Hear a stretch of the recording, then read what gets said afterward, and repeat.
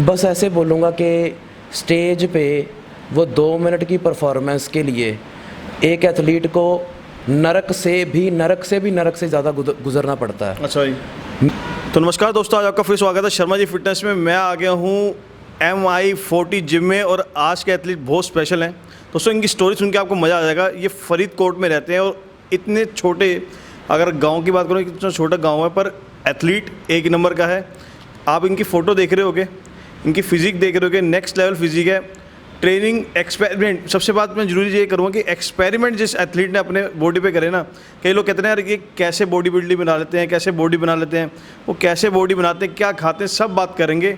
तो स्वागत कर रहे हैं हमारे नंदीश खोसला भाई का। हेलो भाई। हेलो कैसे भाई आप? मैं अभी फ़िलहाल बहुत रिकवर्ड हूँ, ठीक हूँ। अच्छा, तो जैसे सब स्टोरी सुनेंगे उनको पता चल जाएगा मैं ऐसे क्यों बोला। तो भाई मैं आपको बता दूं, ये अभी वर्ल्ड खेल के आए हैं और जिस हालत में वर्ल्ड खेल के आए ना, आप सुनोगे तो आप हैरान हो जाओगे कि यार एथलीट कहते हैं ना हमारे देश का झंडा लहराने के लिए कुछ भी कर जाता है। ये आज वही स्टोरी है भाई। हो सकता है तो आप भी इंस्पायर होगे स्टोरी से, क्योंकि आप जानोगे कि एक एथलीट क्या क्या कर सकता है अपने आपकी देश के लिए, अपने उस मेडल के लिए वो क्या क्या करता है। तो नंदीश भाई मैं शुरुआत करता हूँ, ये पहले जानना चाहता हूँ कि शुरुआत कैसे हुई आपकी भाई, बॉडी बिल्डिंग में आपका आना कैसे हुआ भाई? 2014 में मैं चार्टर्ड अकाउंटेंट CA का कोर्स कर रहा था। तो जब मैं कोचिंग ले रहा था, एक फ्रेंड मेरा जिम में ले गया, चलो जिम चलते हैं। वहाँ पे एक लड़का देखा मैंने, वो लंजेस कर रहा था और टी-शर्ट लेस। तो उस लड़के को देख के बहुत इंस्पायर हुआ, काफ़ी मस्कुलर था। तो उसको देख के बस एक जैसे कि जिंदगी की सबसे बड़ी किक इसी में है, कहते हैं ना, किक सा लगा। अच्छा। वो जैसे सलमान खान बोलता है। अच्छा। तो बस उसको देख के कैसा हुआ कि मेरे अंदर भी ये चीज़ होनी चाहिए। अच्छा। तो धीरे धीरे यूट्यूब पे देखने लग गया कि बॉडी बिल्डिंग एक्चुअली क्या है। फिर वापस आया यहाँ पे अपने शहर, तो जिम ज्वाइन की। CA का एंट्रेंस क्लियर नहीं हो पाया। अच्छा। नेक्स्ट वाले में की तैयारी करने लग गया, साथ में जिम करने लग गया। एंट्रेंस क्लियर हो गया, लेकिन जिम का कीड़ा ऐसा था तो CA छोड़ दी। जिम का क्रेज़ हो गया, जिम की कंस्ट्रक्शन शुरू कर दी। अपनी जगह थी और किसी और जिम में जाके ज्वाइन कर लिया। भाई उम्र कितनी होगी आपकी जब आपने जिम ज्वाइन किया था भाई? 19 साल की उम्र में? 19 साल, हाँ। तो भाई अच्छा, एक चीज़ होता है भाई, कई बार ना लड़के कहते हैं कि यार बॉडी इसलिए बनानी है कि किसी को पटाना है। आपकी लाइफ में कुछ ऐसा था क्या नहीं भाई? मुझे ऐसे लगता है कि मेरा खुद का जिम है, मेरी जिम में लड़कियां नहीं अलाउड। अच्छा, नहीं अलाउड? एक्सपीरियंस से ऐसे होता है कि पहले साल लड़की आई, उसकी तरफ ध्यान हो गया। अच्छा। दूसरे साल कुछ ना कुछ हो जाता है, जिस बंदे ने गेम करनी है उसको लड़कियों से दूर रहना पड़ेगा। समझ रहे हो? भाई अब मैं आपने गेम की बात करें, मैं गेम पे आता हूँ भाई, और ये बहुत इंपॉर्टेंट है भाई जानना। भाई एथलीट को देखते हैं हम यार कि ये वर्ल्ड खेलने जा रहा है, या हम देखते हैं वो मिस्टर इंडिया खेल रहा है या मिस्टर दिल्ली खेल रहा है। भाई मेहनत कितनी होती है, आपका कहते हैं डिसिप्लिन का एक वर्ड होता है डिसिप्लिन, वो डिसिप्लिन एक एथलीट की लाइफ में कितना भाई? बस ऐसे बोलूँगा कि स्टेज पे वो 2 मिनट की परफॉर्मेंस के लिए एक एथलीट को नरक से भी नरक से ज़्यादा गुजरना पड़ता है। अच्छा भाई। मेरे हिसाब से बॉयल्ड फूड खाओ, कोई स्वाद नहीं है। अगर खाने में स्वाद नहीं है तो ज़िंदगी में स्वाद नहीं है। अच्छा। चलो, जो लड़का अनमैरिड है, पेरेंट्स के साथ रहता है, तैयारी लड़का कर रहा है मिस्टर इंडिया की, सफ़र उसके पेरेंट्स को करना पड़ता है। इरिटेशन है पेरेंट्स पे निकालेगा, इरिटेशन है क्लाइंट पे निकालेगा, अपने दोस्तों पे निकालेगा। अच्छा। वो चीज़ तब तो कर दी, लेकिन बाद में रियलाइज़ होता है कि मैंने ये क्या किया। अच्छा। कभी कभी ऐसा भी हो जाता है कि उसका रिलेशनशिप भी ख़राब हो जाता है। तो ये लाइफ देखने में ऐसे लगता है कि बहुत आसान होगी, लेकिन ये नरक से भी, जिस बंदे ने नरक को फेस करना है अर्थ पे, वो बॉडी बिल्डिंग शुरू कर दे। भाई ये लाइन तो बड़ी ज़बरदस्त बोली कि नर्क देखना है तो बॉडी बिल्डिंग करे भाई। भाई बॉयल फूड भी आपने बताया कि भाई बॉयल फूड खाता है, और अक्सर कहते हैं कि भाई कि इसमें स्वाद नहीं है, और पंजाबी है, खासकर पंजाबी हैं, फरीदकोट पंजाब में पड़ता है भाई, पंजाबियों के तो मुँह में स्वाद ऐसे ही लगे होते हैं भाई, और आप कंट्रोल करते हो। आपने फिजिक देख रहे हो, यहाँ पे फिजिक आ रही होगी भाई। इस फिजिक को पाने के लिए भाई मैं एक जनरल जाना था, क्योंकि कई लोग कहते हैं यार एब्स बनाने हैं, ये करना है, वो करना है। मेहनत कितने टाइम रहती है भाई, कितने टाइम एक्सरसाइज वर्कआउट करना पड़ता है? देखो, कॉन्टेस्ट प्रेप में तो कभी कभी अगर फिजिक आपकी बिल्कुल आउट है तो 3-3 बार भी वर्कआउट करना पड़ जाता है, 2-2 घंटे का पर सेशन कार्डियो करना पड़ता है। अगर थोड़ा सा फिजिक आपका शेप में है तो वो 2 टाइम में भी हो जाता है और डाइटिंग के साथ भी हो जाता है। लेकिन एक डिसिप्लिन होना बहुत ज़रूरी है, पंक्चुअलिटी होनी बहुत ज़रूरी है। जैसे अगर आप एक दिन 4 बजे उठ के जा रहे हो तो रोज़ ही 4 बजे उठ के जाना पड़ेगा। ऐसे नहीं हो सकता कि 4 बजे उठे, कल 6 बजे उठे, 9 बजे उठे। इससे बॉडी भी यूज़ टू भाई मतलब रिस्पॉन्ड नहीं कर पाती। और एक बात और, घर वाले का कहीं मतलब घर वालों का कहीं प्लान है जाने का, हम वहाँ पे चले जाएं, आप नहीं जा सकते। आपका वर्कआउट मिस होगा, आपका डाइट मिस होगा, आपका वाटर इनटेक भी मिस होगा, जो कि बहुत ज़रूरी है। वाटर को भी हम निगलेक्ट करते हैं। और रिसेंटली मेरे साथ हुआ, जैसे मुझे जाना था कहीं तो मम्मी के साथ चला गया तो वाटर नहीं ले पाया, उसके साथ दिक्कत आई।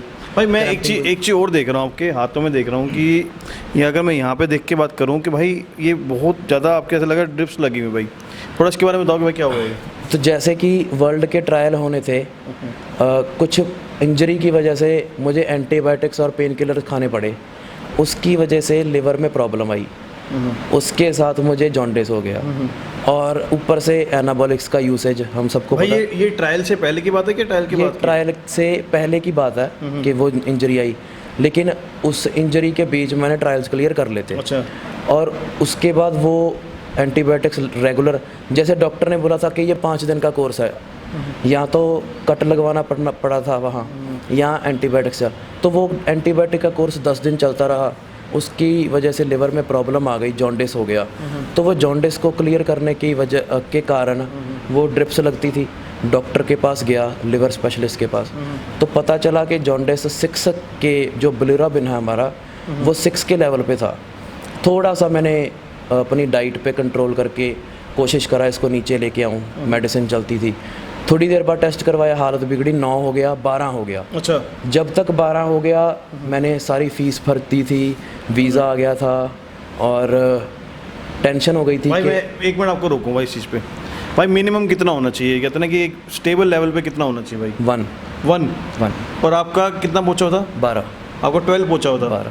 मतलब 1 और 12 पहुंचा था, और फिर भी आपको गेम के लिए लगा था कि मैं गेम खेलूँगा। डॉक्टर ने बोला था तू जाएगा ही नहीं, अच्छा। आपको जाना बनता नहीं है, आपने जाना ही नहीं है। अच्छा। उन्होंने मम्मी को बहुत ब्रेन वॉश किया कि इसको ना भेजो, हो सकता है आपका लड़का वापस ही ना आए। अच्छा, ये चीज़ बोल चुके थे भाई? बोल चुके थे। तो मैंने उनको एक सिंपल सी बात बोली कि सर आपने ये बात तो बोल दी है, लेकिन आपने कभी सोचा कि आप यहाँ पे बैठे हो, यहाँ पे लिखा है डॉक्टर अनुपम गोल्ड मेडलिस्ट, ये गोल्ड मेडल आपका है, आपके नाम का है। मैं जो लेने जा रहा हूँ या जो मैं रिप्रेजेंट करने जा रहा हूँ वो सारे इंडिया को करने जा रहा हूँ। अच्छा। आपने बहुत सिंपल वर्ड्स में बोल दिया, नहीं जाना। मैं इतनी उम्मीदें लेके आया हूँ कि मुझे ये बता दो कि मैं 15 दिन काट जाऊँगा। अच्छा। वापस आके हम वो ट्रीटमेंट शुरू कर देंगे, चाहे मुझे हॉस्पिटलाइज रहना पड़े। तो डॉक्टर ने बोला कि आप अल्ट्रासाउंड कराओ। अच्छा। अल्ट्रासाउंड में मेरे लिवर का साइज़ बड़ा आया। फिर उन्होंने बोला कि आप चले जाओ, प्रिकॉशन रखना, ये मेडिसिन साथ लेके जाना और पानी ड्रॉप ना करना। अच्छा।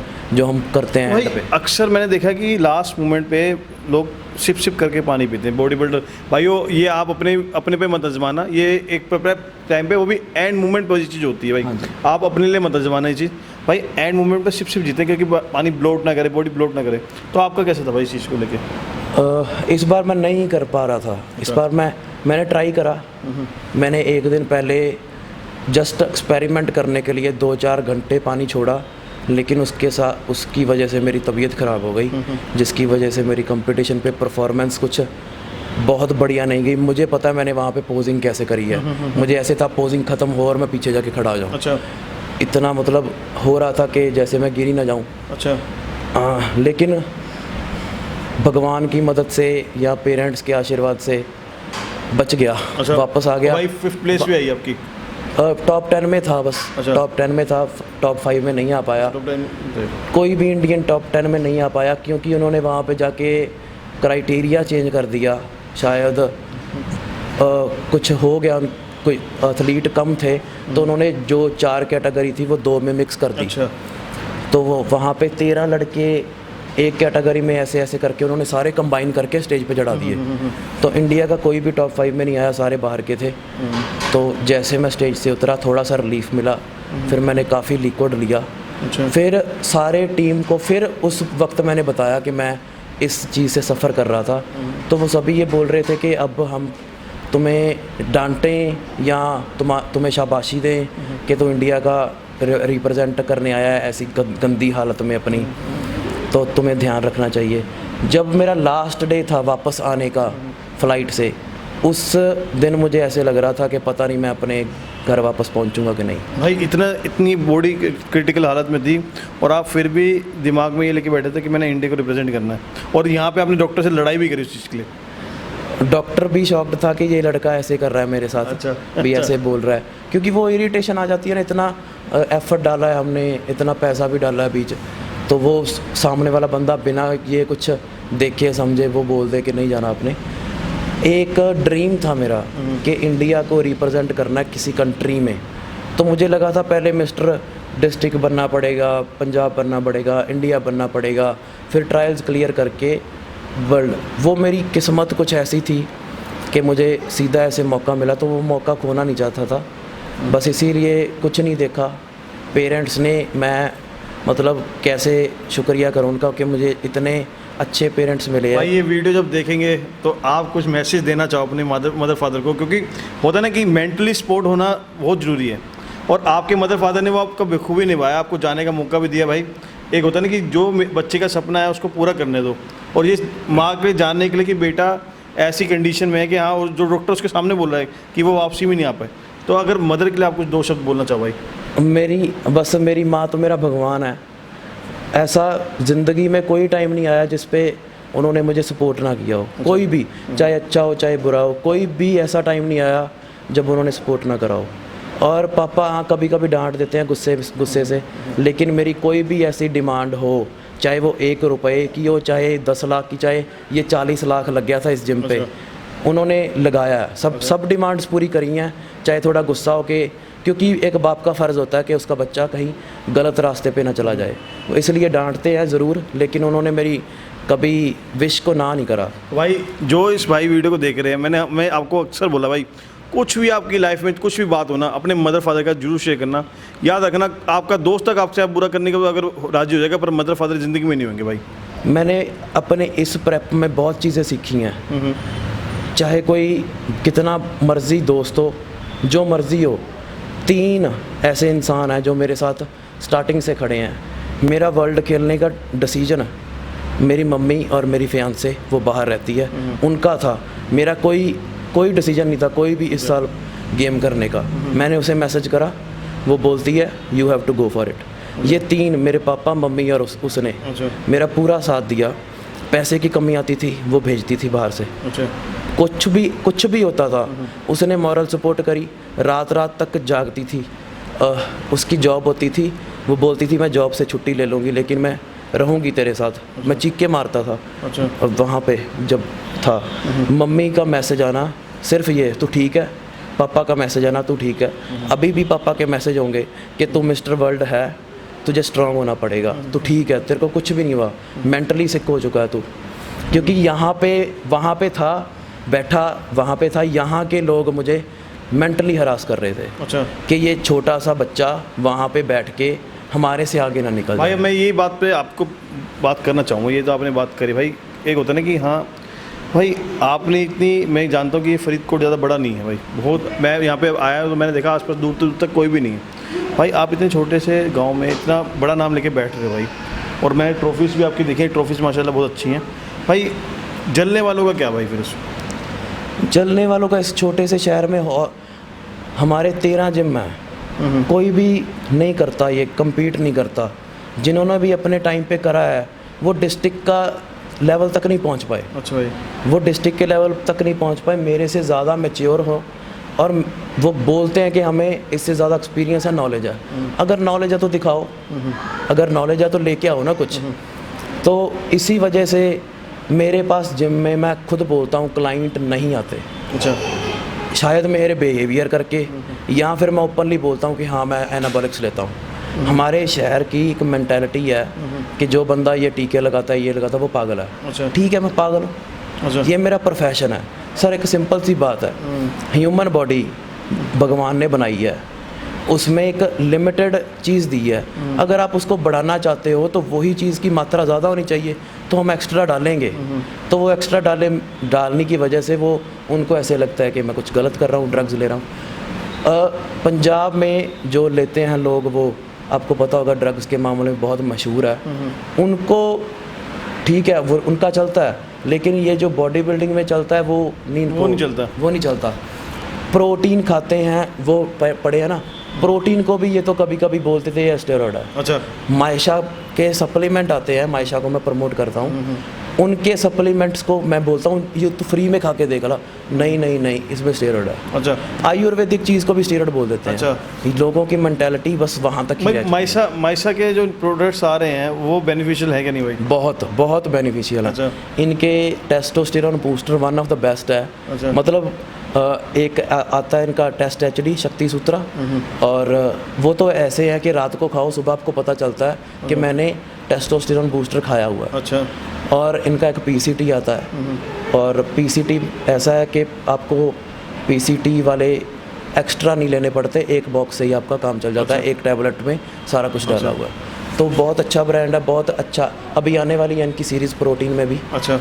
तो होपफुली अगले साल तक आ जाएगी। जो लोग कभी कभी गिर जाते हैं और क्विट कर जाते हैं, एक कोट याद रखें, why do we fall so that we can learn to pick ourselves up. तो हमेशा कभी भी क्विट मत करें।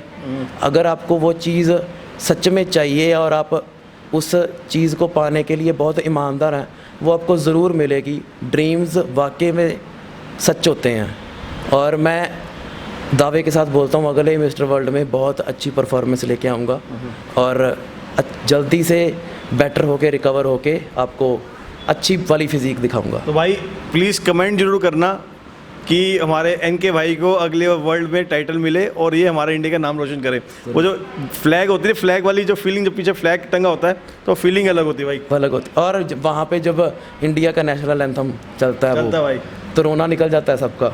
ये सच्चाई है भाई। जब वहाँ नेशनल एंथम बजता है ना, तो वाकई दिल खुश होता है कि यार हमारे देश का चल रहा है। तो इंडिया की टीम हमारी जीती है वहाँ पे 585 पॉइंट के साथ।